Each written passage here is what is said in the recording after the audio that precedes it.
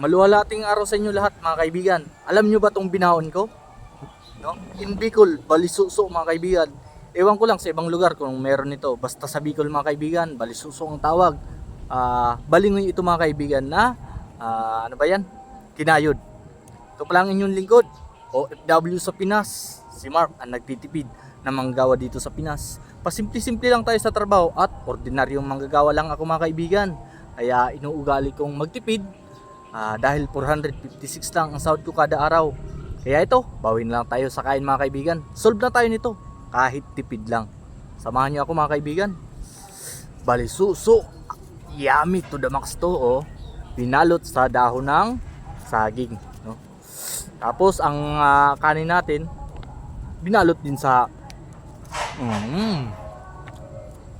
dahon ng saging. Matamis to mga kaibigan kasi native delicacies niya. Pero sakto lang ang tamis.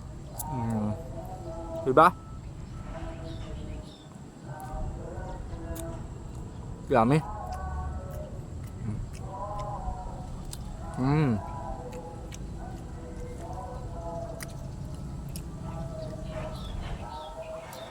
Yan ang tipid mga kaibigan. Tapos kumain tayo dito sa gilid ng ilog. Presko.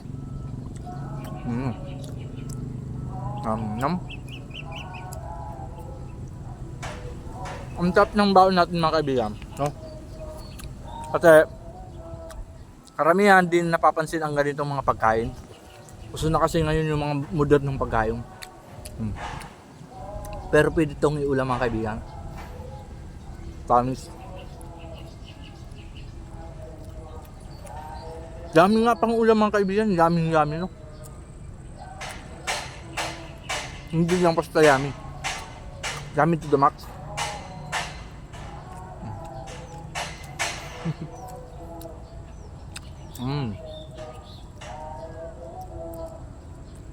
Yung mama ko magaling gumawa nito mga kaibigan dito sa Bicol. Sa lugar nyo, meron din kaya ng balisuso o baka ibang tawag.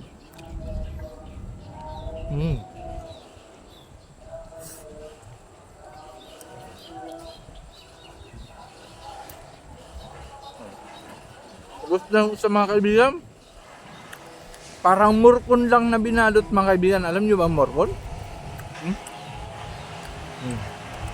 Ito binalot din mga kaibigan pero malasa talaga. Dami.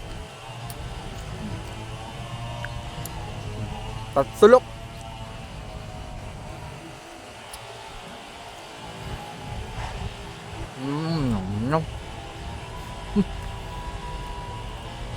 Ang isang piraso nito mga kaibigan, 10 pesos lang yung bili ko. Kaya tipid, dalawa, 20 pesos, may ulam ka na. Pag madiskarte ka dito sa Pinas mga kaibigan, kahit mababa lang sinasahod, makakaraos na.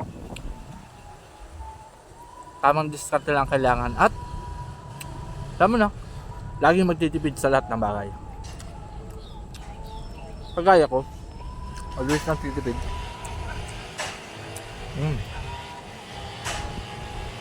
Medyo tutong yung baon natin na kanin, no?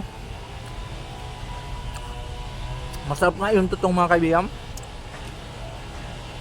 Malasa pag tutong yung kanin. Yung iba nga gusto tutong yung pinakain na kanin, no? Pero ako bihira lang. Pag tutong lang yung kanin saka ako kumakain. Kasi expert ako magsaing. Di basta yan natututo. Ngayon lang halos, oh.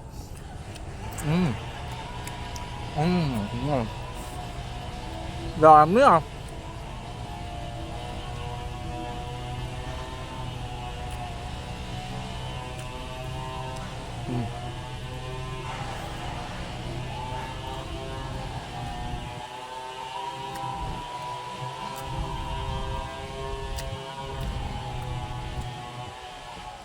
Lasang lasa yung balingoy mga kaibigan, no? Tapos paano nilagyan ng vanilla. Tapos may yung niyog na malambot. Sa Bicol, luka dun ang tawag pag malambot pa yung niyog. Hindi pa siya tinatawag na matigas na niyog. Hindi pa panggata. Iba naman yung nasa gitna to ng sa gitna siya ng buko saka yung panggatak talaga. Ang tawag ay yan, Lukadun. At sa muli mga kaibigan, ito ang inyong likod, OFW sa Pinas, si Mark. At lagi ako nagpapaalala, lagi lang tayong magtitipid dito sa Pinas para hindi tayo nababaon sa utang.